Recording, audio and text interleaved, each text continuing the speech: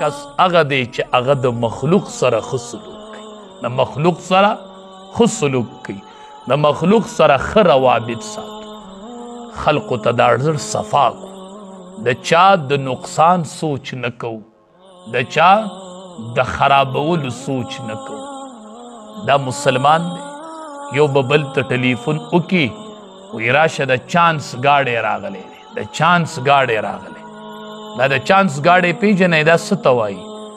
دا به یو کس هغه به د کینسر بیمار شوي، هغه د کینسر په سپتال کې داخلي، هغه به د 100 لکو روپو ګاډی په 15 لاک خرڅوي. نو دی به بل ته ټلیفون وکړي وایي راشه د چانس ګاډی راغلی. یو بارګین والا به بل ته رابطه وکړي راشه د چانس ګاډی راغلی.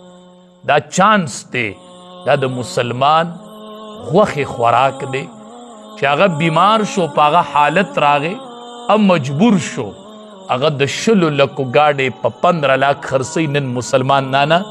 نن مسلمانان دی چانس ته ناست، کله به په د بده ورځ راځي چې زه د دنه د 100 لکو ګاډی په 15 لاک.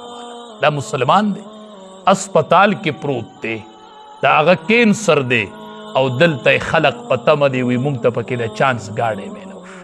دا مسلمان دی. دی به خدای مخې له نه ورځي، دی به د الله دربار ته حاضري نه کوي، خو دا حالت په تا الله راولي. که تا الله داسې بیمار کړي ستا په ګاډي اواز وشي چې دا د چانس ګاډی دی، دا د چانس ګاډی دی، دا څومره لوی نقصان دی. ګاډي کې به غټ نقصان راشي وي ګاډی خرڅوم ولې انجن پې را روان دی چې د ځان نه یې واړو.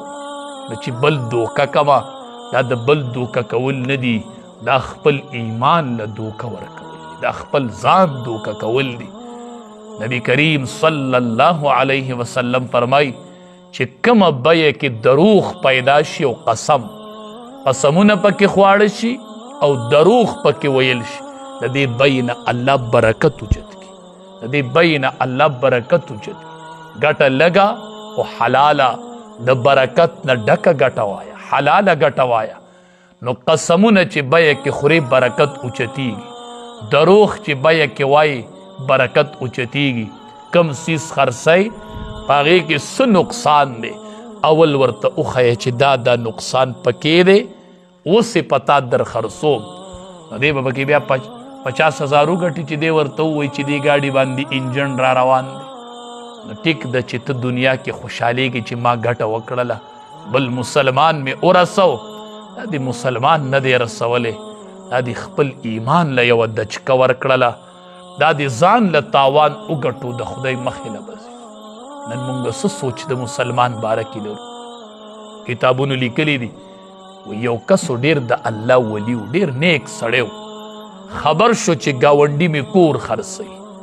نو هغې ګاونډي پسې لاړ، زه خبر شوی یم چې ته کور خرڅوي. هغه وی او څومره قیمت دی ستا د دې کور؟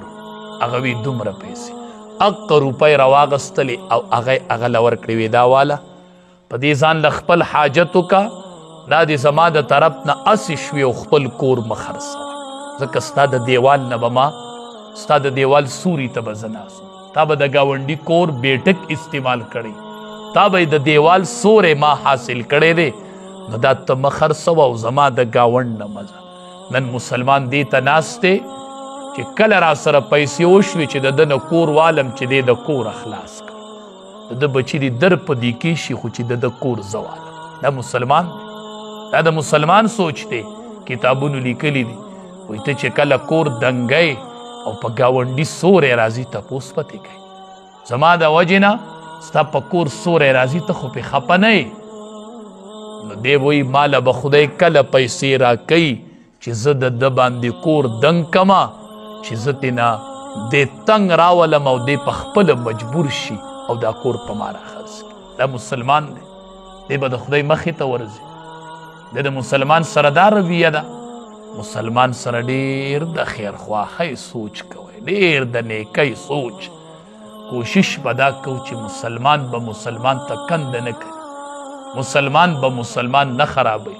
یو کس مجبور راغی سیزې د لاکو دی، ته وایي 1 لاک او 10,000 واله، دا 10 ته مجبورتیا راغستې، دا زه په دې نه علمه دا 10,000 سیوا والا په دې خپل د بیماری علاج وکا.